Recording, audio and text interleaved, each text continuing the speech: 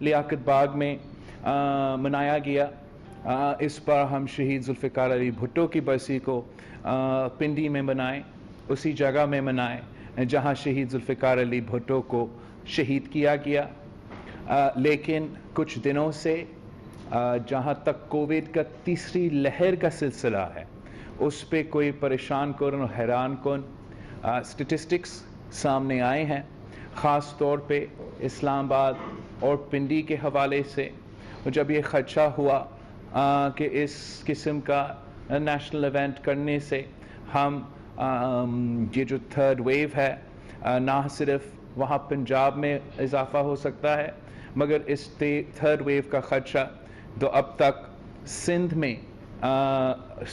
اس نتائج اس خطرناک پوائنٹ پہ اس وقت تک نہیں آیا. خدا نہ خواستہ ہم اس تھرڈ ویو کے سلسلہ کو یہاں لے کر آتے تو بڑا مشکل سے اور صلاح مشورہ کے بعد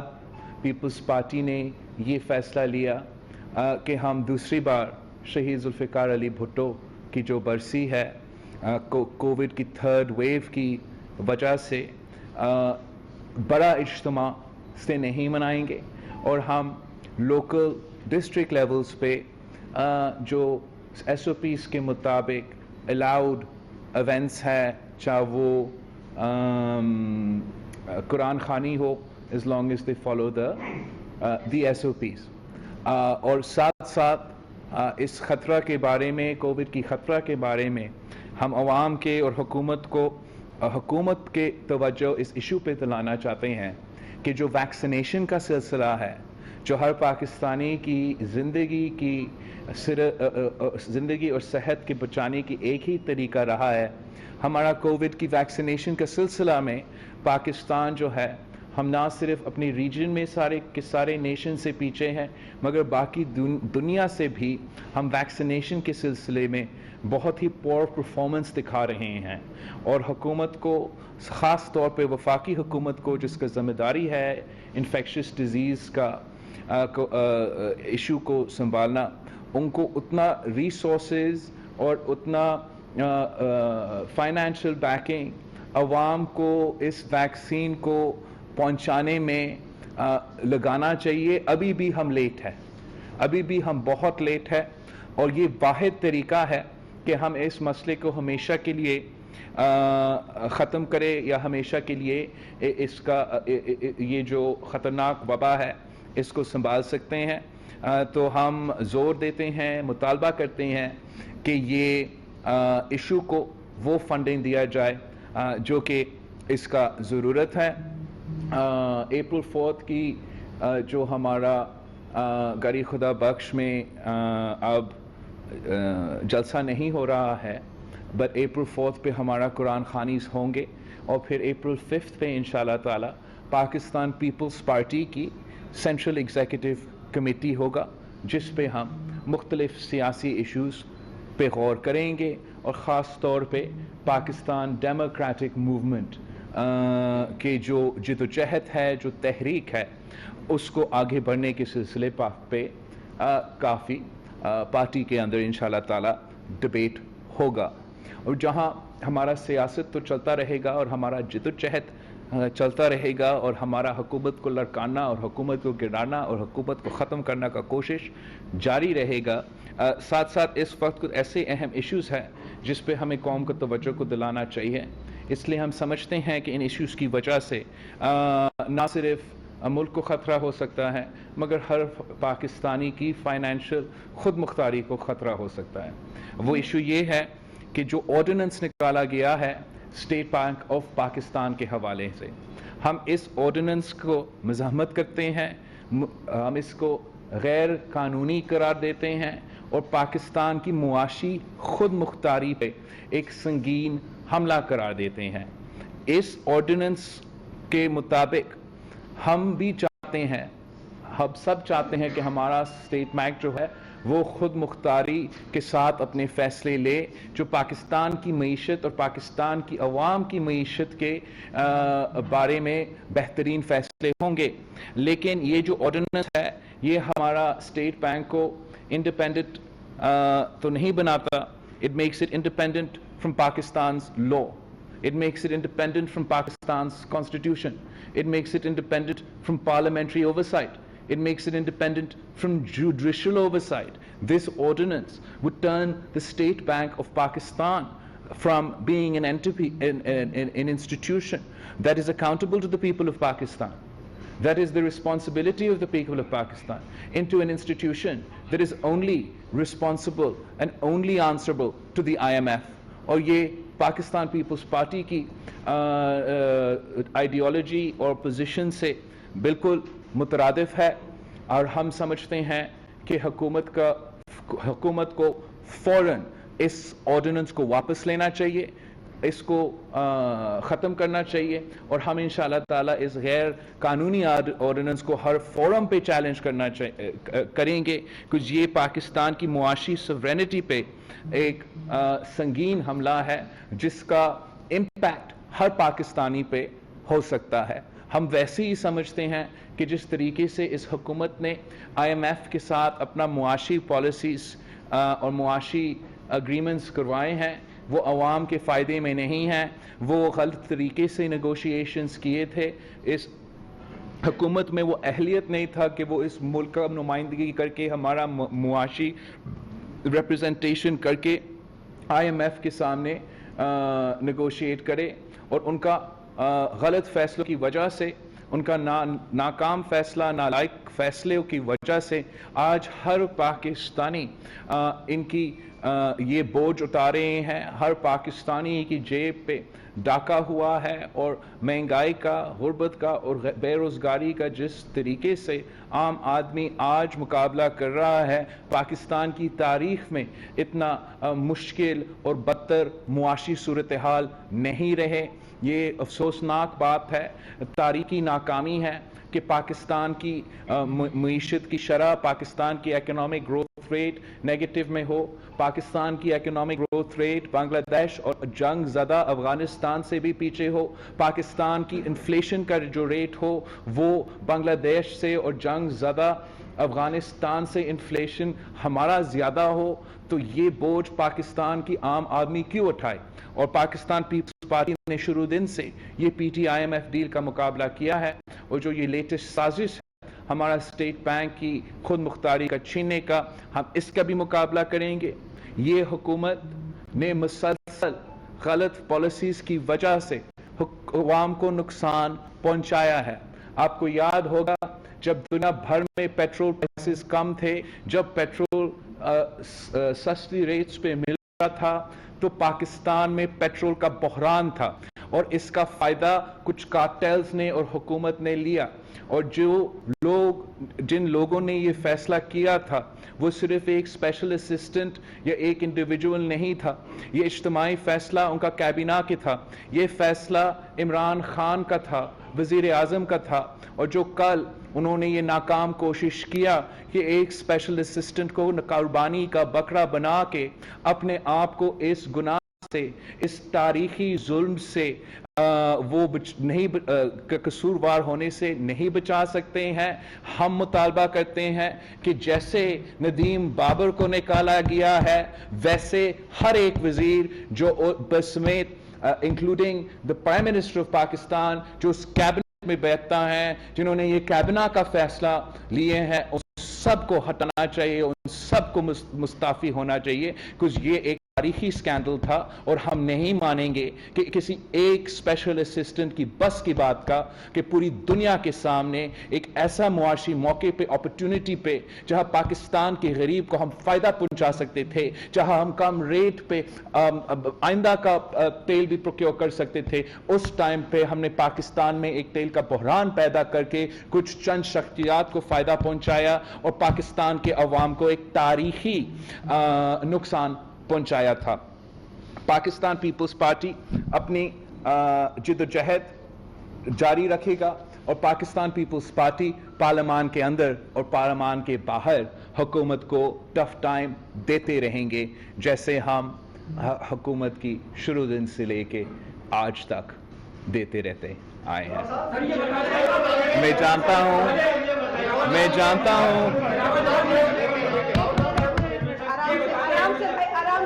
جانتا ہوں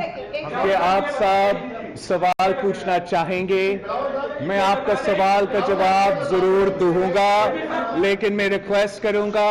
کہ every should cool down calm down باری باری ہم آئیں گے ایک کا سوال میں جواب دے سکتا ہوں اجتماعی سوال کا جواب میں نہیں دے سکوں گا اچھا اکرم بھائی آپ سوال کریں ایک منٹ اکرم بھائی آپ سوال کریں اور جناب صاحب یہ بتا دیں کہ پہلے آپ نے جن سینیٹرز کا شکریہ ادا کیا باپ کا آپ نے شکریہ ادا نہیں کیا دوسری بات میری یہ ہے کس کی بات کو آپ باپ کا شکریہ ادا نہیں کیا دوسری بات یہ ہے کہ سر آپ لوگ تو نکلے تھے 70 سالہ جو سیاست ہے جو اسٹیبلشمنٹ کے شکنجے میں اس کو آزاد کرانے نکلے تھے کیا ایسی مجبوریاں تھی کہ جس کی بنا پر اسٹیبلشمنٹ کے ہی جماعت سے آپ لوگوں کو جو ہے نا وہ سپورٹ کی ضرورت پڑی اور اپوزیشن لیڈر کو آپ نے منتخب ہونا پڑا کیا ایسی مجبوریاں تھیں؟ آپ کا سوال کا بہت ہی شکریہ میں سمجھتا ہوں کہ آپ نے وہ سوال کیا جو شاید یہاں ہر جرنلسٹ سوال کرنا چاہ رہا تھا اور آپ کا سوال جو ہے وہ کوئی کچھ غلط فیکٹس پہ مبنی ہے کچھ پروپیگنڈا جو شاید کل سے سوشل میڈیا پہ اور کچھ چینلز پہ چلایا جا رہا ہے اس پہ بنیاد پہ آپ نے یہ سوال پوچھا گیا تو میں ضرور اس سوال کا جواب دینا چاہوں گا ہم سید یوسف رضا گیلانی صاحب کو سابق وزیر اعظم وہ سینیٹر جس نے ہمارا بہت محنت کے بعد ایک مشکل لڑائی کے بعد جس کا جتنا مشکل تھا آپ سب کو بھی پتہ ہے آپ یہاں سے تعلق رکھتے ہو آپ کو زیادہ خبر تھا کہ کس کے مقابلے کرتے کرتے اور کیسے ہم نے سید یوسف رضا گیلانی صاحب کو پاکستان ڈیموکریٹک موومنٹ کا یونانیمس کینڈیڈیٹ کو پاکستان پیپلز پارٹی کے وائس چیئرمین کو نیشنل اسمبلی سے جتوا کے سینیٹر بنایا اور حکومت کو وزیر اعظم کے جیسے کچھ لوگ کہتے ہیں گھر میں گھس کے شکست دلوائے کچھ نیشنل اسمبلی کا جو کانسٹیٹیوئنسی ہے وہ تو وزیر اعظم کا کانسٹیٹیوئنسی ہے اور جب سے یہ کٹ پتلی حکومت آئے ہے اقتدار میں میں سمجھتا ہوں کہ اس دن سے لے کے مارچ 3 تک کوئی ایسا شکست نہیں ملا اپوزیشن کے ہاتھوں کوئی نقصان نہیں ہوا ان کو اپوزیشن کے ہاتھوں جب تک ہم نے یہ تاریخی کامیابی حاصل کی یہ تاریخی کامیابی جو پاکستان کی تاریخ میں نہ پہلے ہوا کہ کوئی سٹنگ وزیر اعظم کو اپنا ہی نیشنل اسمبلی میں